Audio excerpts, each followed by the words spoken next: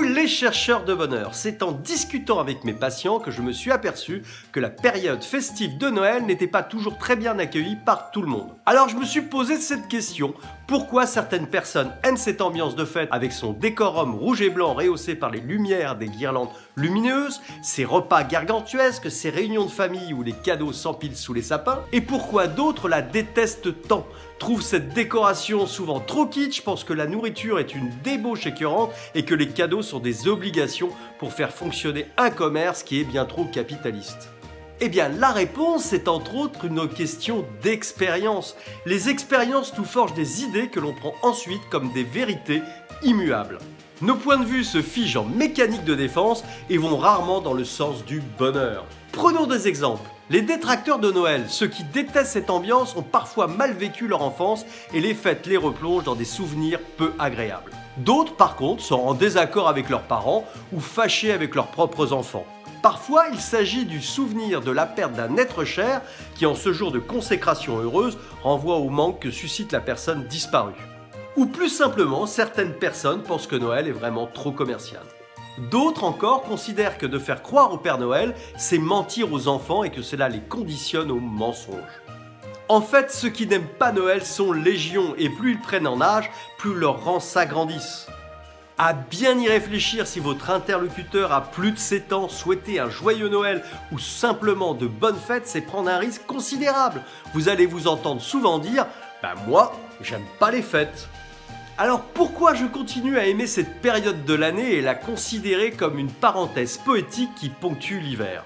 Eh bien, voyez-vous, c'est parce que je crois au Père Noël. Alors bien sûr, pas toute l'année, non, mais juste le temps d'un soir, je retrouve mon âme d'enfant. J'attends le Père Noël, symbole réconfortant d'un grand-père universel et bienveillant. Ce Père Noël, même si j'en connais son origine commerciale, relie aujourd'hui presque tous les enfants du monde issus de parents religieux ou pas.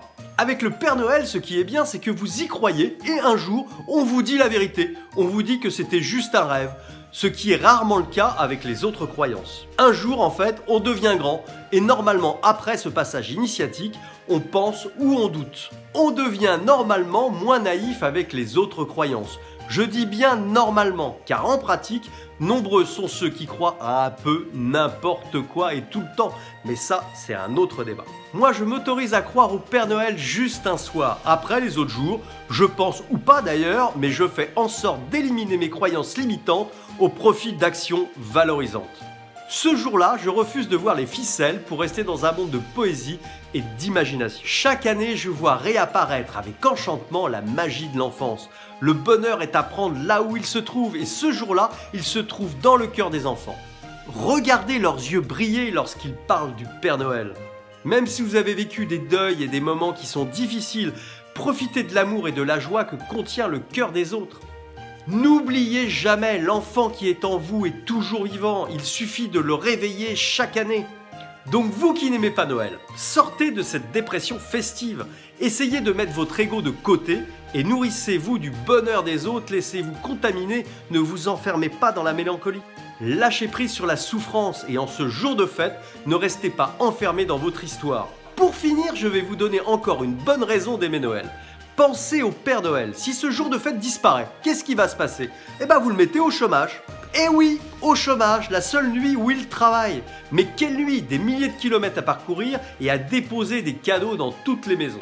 Imaginez le Père Noël au chômage, c'est la poste et ses petites voitures jaunes qui vous déposeraient un avis de passage pour aller chercher à leur bureau, quand celui-ci est ouvert, le cadeau que votre enfant attend avec impatience. Avec les réformes de la poste, il n'est pas prêt de l'avoir son cadeau. Par contre, avec un peu de chance, si la livraison a lieu le jour où on vous présente les calendriers pour obtenir des étrennes, vous l'aurez peut-être en temps et en heure. Alors, convaincu? Merci de partager cette vidéo et de vous abonner à mon blog christophe-lorette.fr. Une surprise de Noël vous y attend, alors n'hésitez plus, cliquez fort sur la petite vignette à droite de la vidéo. Vous la voyez? Cliquez. Bonsoir chez vous, bonne fête et que le bonheur soit avec vous.